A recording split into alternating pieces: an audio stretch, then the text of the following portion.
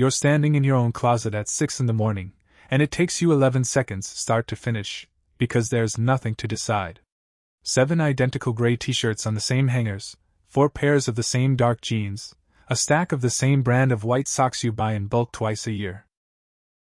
You've worn some version of this exact outfit almost every day for 6 years, and the shirt you're pulling on right now costs $19, from a company that sells the same shirt to warehouse workers and line cooks and men worth more money than entire countries.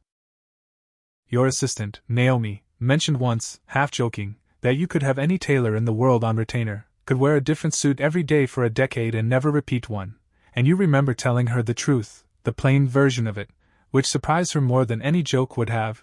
You tried that, once, years ago, right after the first real money came in, and you hated it more than almost anything else you tried. $1.4 billion, as of last quarter's valuation, most of it still tied up in the company you built, a number so large it stopped feeling like a number sometime around your second 100 million and started feeling more like a weather system you occasionally check the forecasts for. And every morning, regardless of that number, you put on the same $19 shirt, not out of performance, not out of some calculated modesty campaign your PR team cooked up, but because 11 seconds of decision-making, repeated every day for 6 years, is worth more to you than almost anything money could dress you in instead. The t-shirt was never about the money. It was about what you get back when you stop spending your mind on things that don't actually deserve it. This is the part almost nobody understands until they've lived on both sides of it. The plain clothes aren't a performance of humility, and they're not really frugality either. They're the visible symptom of a much stranger, much more useful discovery, one that has almost nothing to do with money and everything to do with where your actual attention goes once you stop having to spend it defending yourself. You remember the year you tried the opposite, the expensive suit year, the one you don't usually tell people about because it doesn't fit the story they expect from you. 2 years after your company's first major valuation jump, a stylist a friend recommended talked you into an entirely new wardrobe, bespoke suits, a rotation of watches, shoes handmade by a cobbler 2 continents away who took your measurements over 3 separate fittings. You remember standing in front of a mirror in the finished result, genuinely impressed by how it looked, and genuinely unprepared for what it actually cost you, which had nothing to do with the invoice. Every morning that year became a decision. Which suit? Which watch? Which shoes went with which shirt, and whether today's meetings called for the version of yourself that read as approachable, or the version that read as serious. You found yourself, some mornings, standing in the closet for 15, 20 minutes, running a calculation you never had to run before, and you noticed, within a few months, a specific kind of fatigue creeping into your afternoons that hadn't been there the year before, a tiredness you couldn't quite locate the source of until you finally sat down and traced it back to its actual origin. Every choice you make before 9 a.m. is a choice you're not making about something that actually matters. The math is brutally simple once you see it, and almost nobody sees it until they've already spent years paying the tax without noticing. You went back to the gray t-shirts within the year, and Naomi, watching this whole experiment unfold from the outside, asked you once what changed your mind, and you told her the truth. Nothing about the suits was wrong. They just cost you a currency far more limited than money, and you'd simply never notice you were spending it until the year you finally ran out. Your business partner, Reginald, took the opposite approach after the company's growth made him wealthy in his own right, and watching his life over the following decade has been like watching a controlled experiment in exactly what you decided not to do. Reginald leans into it, a rotating collection of watches worth more than most houses, a car for every mood, a wardrobe that requires an actual closet consultant on retainer to manage. At a shareholder dinner a few years back, he shows up in something new, as he always does, and spends the first 20 minutes of the evening fielding compliments and questions about it, a specific kind of social tax he seems, genuinely, to enjoy paying. You ask him once, directly, over drinks after a long board meeting, whether he ever gets tired of it, the maintenance of it all, and he tells you something that stays with you for years, delivered without any defensiveness at all, just an honest accounting of a different set of values than yours. I like being seen, he says. I worked my whole life to be seen. You worked your whole life to disappear. We got rich the same way. We're spending it completely differently, and I don't think either of us is wrong. You think about that conversation more than you'd expect to, Because Reginald isn't performing anything either. His version is just as sincere as yours, built around a genuine preference rather than a manufactured image, the same way yours is. The difference between you was never virtue.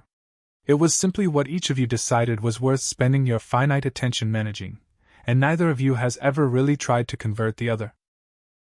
The billionaire in the fancy watch and the billionaire in the gray t-shirt are frequently running the exact same psychology, protecting a scarce resource fiercely. They've just each decided a completely different thing is worth spending it on. The actual mechanism behind the t-shirt, the psychological engine underneath the whole habit, reveals itself to you slowly, over years, in a conversation with a decision scientist your company hires to consult on an unrelated product problem. She explains something to your executive team one afternoon that reorganizes how you think about your entire life. The brain has a genuinely limited capacity for high-quality decisions in a given day, a specific, finite resource that depletes with use regardless of how trivial the decision feels in the moment.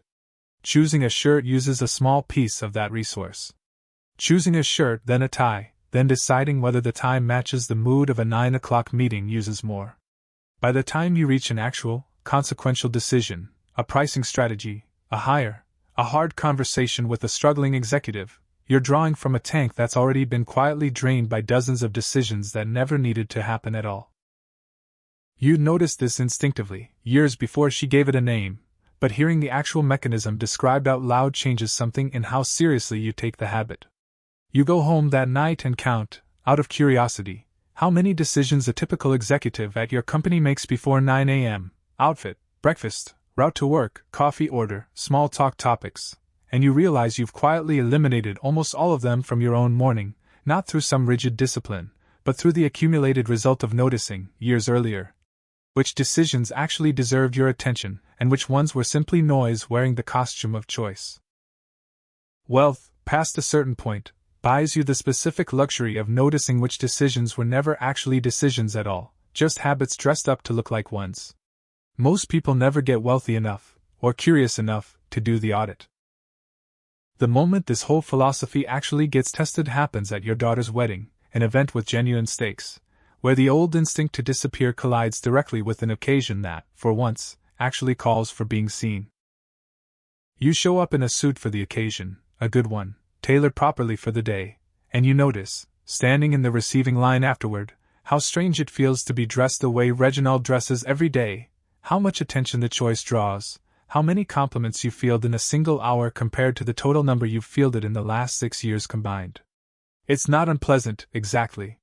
It's just unfamiliar, a costume you're wearing correctly for a single specific day rather than a fabric you actually live in. Your daughter, watching you field these compliments with visible discomfort, leans over at one point and says, laughing, "You look like you want to go change into your work uniform."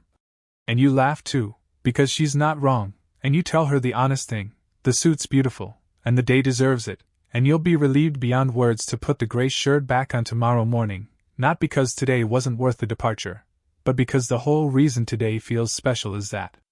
It's the exception, not the rule. The uniform only works as a tool if you're willing to break it on the days that actually call for something else. The billionaires who never once deviate from it aren't disciplined. They've just stopped being able to tell the difference between a rule and a rut. The clearest proof of the whole philosophy, the one that finally makes Naomi understand it after years of half-joking questions about your closet, arrives on an ordinary Tuesday, during a week where 3 genuinely difficult things happen at once. A key executive resigns unexpectedly, a manufacturing delay threatens a major product launch, and your father, back home, has a health scare that turns out, thankfully, to be minor but doesn't feel minor for the 18 hours before you know that. You handle all 3, that week, with a clarity you don't fully register in the moment but notice afterward, looking back, comparing it to how you'd have handled the same week during the expensive suit year. You realize, reconstructing the week afterward with Naomi over coffee, that you made maybe 4 actual decisions that day beyond the crisis itself: what to eat, when to call your father back, which flight to book if you needed to fly home, and nothing else, because everything else about your day had already been decided for you, years earlier. By a closet full of identical shirts and a morning routine that runs on autopilot precisely so your actual mind is free for exactly this kind of week. Naomi asks you, finally, the direct version of the question she circled for years: Is the t-shirt really about all this, the decision fatigue, the mental bandwidth, or is some part of it still just about looking modest, about the story it tells people who see you? You think about it honestly before answering, because the question deserves an honest answer rather than the tidy one. Probably some of both, you tell her. I'd be lying if I said the story doesn't matter to me a little. But if you took away every single person who was ever going to see me, if I lived alone on a mountain with nobody watching at all, I'd still wear the same 7 shirts. That's the actual test. Would you still do it with nobody looking? Most of the performance version fails that test immediately. This one doesn't. The real test of whether a habit is psychology or performance is whether it survives an audience of nobody. The t-shirt passes. Almost everything people assume is virtue signaling doesn't. You're back in your closet the next morning, 11 seconds, same 7 gray shirts, same 4 pairs of jeans, the same white socks bought and both twice a year, and you pull one on without a single thought crossing your mind about how it looks or what it says, because after 6 years, it doesn't say anything anymore. It's just what you wear, the same way water is just what you drink, a fact so settled it stopped being a decision at all.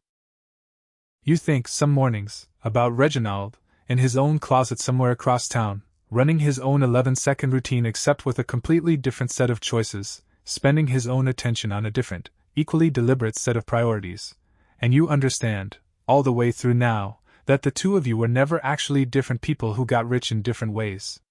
You were the same kind of person, guarding the same scarce thing fiercely, and simply decided, independently, 2 completely different places worth spending it.